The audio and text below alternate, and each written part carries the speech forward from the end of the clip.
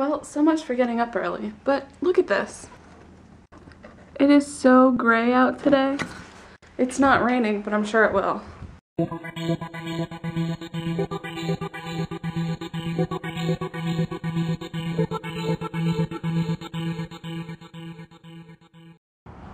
Yeah, not the best picturesque day.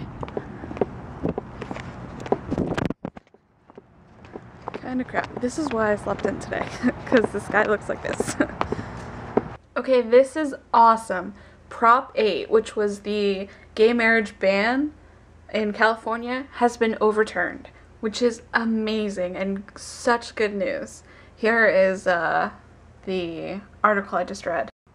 So the gay marriage ban is ruled unconstitutional by the court, and I love this quote. Proposition 8 served no purpose and had no effect other than to lessen the status and human dignity of gays and lesbians in California, the court said. So that is such good news. I'm happy about that, and I really hope other states start allowing gay marriage because there's really no reason not to. I am now on my way to meet with Professor Snook about my senior research, and I hope she can help me narrow the focus down and set me on a right course, which I know she can, but we'll see how it goes. I've got the computer lab all to myself. My meeting with Snook went really well. She helped me so much in so little time. I was in there for like 8 minutes or something. She just gave me like guidelines and was like, here's the order you should be going in, and gave me a narrow focus, which is good. And then I also just printed out and submitted like 7 things for Touchstone, which is like a little, it's basically what Stetson's creative department publishes every semester or whatever year, that showcases like poetry, fiction, nonfiction, and stuff like that. So hopefully one of my pieces will be accepted this year, because that would be really cool. After Snook gave me the narrow focus, I'm going to finally flip through these things and see if there's anything that's really applicable, and then return them to the library, and look for some new books that I will actually be using. These are just like, these look good kind of books. So I'm gonna start looking through them, see if there's anything that's of use to me, and go from there. I checked out one of the books, The Elizabethan Woman, for its content, but also because of its pages. Look at this. Alright, so they're like individual. You can see like the edges. That's a bit better. So you can see, like, it's so cool. And I'm trying to see when it was written, but this is funny. It can't be reproduced, including photostatic or microfilm form. Don't do that, guys. That made me laugh. That's funny. That shows its age. So I think this book is from '52, which I just started, and it's some of the things are ridiculous. Even though this is like feminist writing and in support of women, it was written in 1952. So for example, alright, so this is talking about biblical passages and stuff like that. I'm not touching religion, but of course when it says, in the original creation of mankind, insist a large number of writers, woman was clearly the superior of man. And my mind jumped right to Lilith, who was the first wife of Adam. So if you don't know who Lilith is, she's my girl. Authors point out that the woman's temperament is cold and moist. What the hell does that mean? Whereas men's is hot and dry. And according to Ludovicius Vitus, whoever that is, if the fertilized egg finds sufficient heat in the uterus, then a man-child is brought forth, but if not, the child is female. That makes a lot of sense, doesn't it? What? Okay. Moreover, as everyone knows, I'm quoting directly, this is ridiculous. Moreover, as everyone knows, it is heat which makes a man bold and hardy. as can be seen in the effect on man when alcohol heats the liver. As Falstaff has duly noted in his famous apostrophe to Sack, but the coldness of woman makes her naturally fearful and timorous. And since women are weak physically, they must be weak morally and mentally. This is feminist? Again, it's 1952. Yeah. It just keeps getting more and more ridiculous. Are you ready for this one? A more important problem, however, was the question of 1,000-year standing.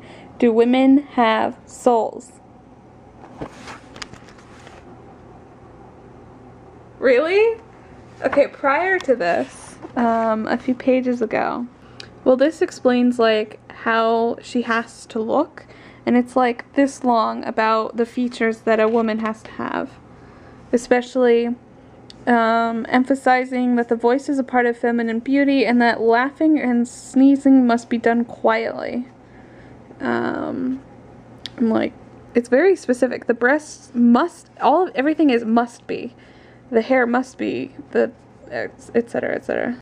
Just for more ridiculousness, under small graceful eyebrows marked with a pencil, the lamp-like gray eyes are alluringly full and set wide apart, but although the eyes are alluring when one gains a sight into them, they are ordinarily downward cast in a modest and simple regard. Of course the lips will be coral, or like, look at that spelling, like cherries charming men to bite. The breasts must be high, fair, and round, resembling budding lilies or young fruit in May, and should be spread with small blue veins. Like, really? The nails of which are red. Like, it's pretty ridiculous. Yeah, I want to stop reading this chapter because it's not really helping my project at all. I had gotten that book, The Elizabethan Woman, in the hopes of there be some connection to Victorian clothing and dress and stuff, but it's not. And I just can't read it anymore. That was ridiculous. Like, it really is written for women and, like, in support of women, but it, like, provides all the examples of how things weren't for women. It was ridiculous. So it was interesting to read some of those things, but nothing really pertains to the Victorian era, which, kind of looking back on it, it was kind of a stupid idea to check it out, but it was interesting.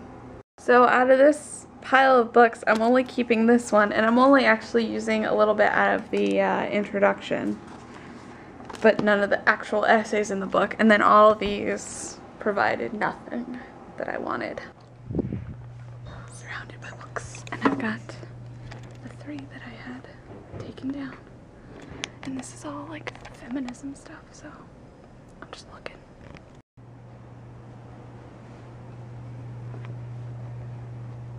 I love books, but I think I'm only gonna get 3. These kind of look cool though. Secret societies, magic, myth of secret societies. These are awesome. They all look so cool.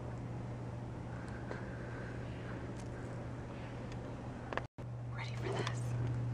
History of Freemasonry. Look how huge.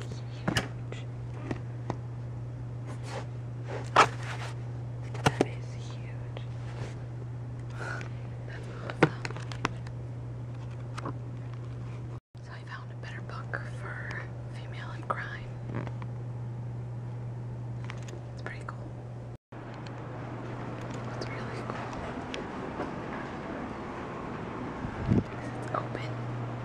Now that I got those 4 books that are hopefully on target with what I need, 3 for senior research and then 1 for my play, I'll be set. Well, I mean, not set, because I still obviously need more, but more set and in a focused direction than I once was. Just out of curiosity, I checked Blackboard on the discussion posts that my drama class has, where it's like quick critique, or not critique, but like quick thoughts and what we liked, what we didn't like, and stuff.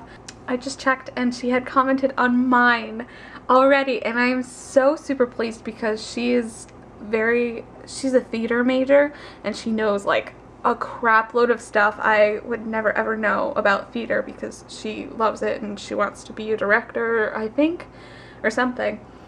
But all of her notes are so helpful and she really loves it. And of course she said, okay, her first few lines: I love musicals. I especially love dark musicals. The whole time I was reading this, my mind screamed Sondheim, who's one of my favorite composers at all time.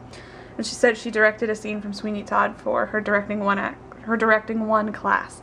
So Sondheim is the guy who basically created Sweeney Todd, and that's why I was trying to buy it so I could study it and study not just the music of it, but just how it works, because mine is basically in the vein of that, just different. Well, she gave me well, not insight, but she gave me really good notes about when I end the first song. I was really unsure about how to just switch to dialogue because I didn't want all of it in song.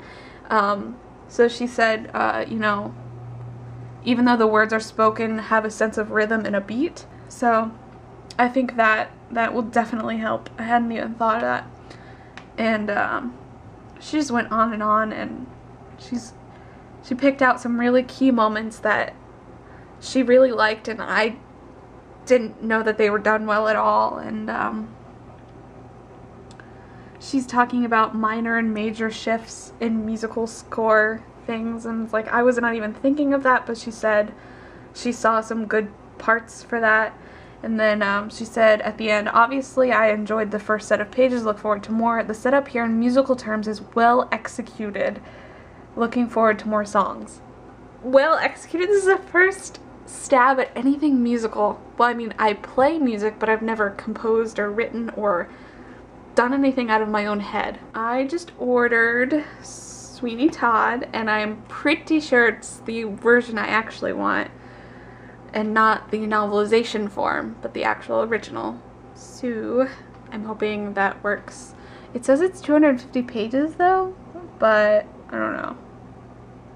It looks like the right one, because it says Stephen Sondheim is the author, and that's what I want. So if this isn't the right one, then I don't know what is.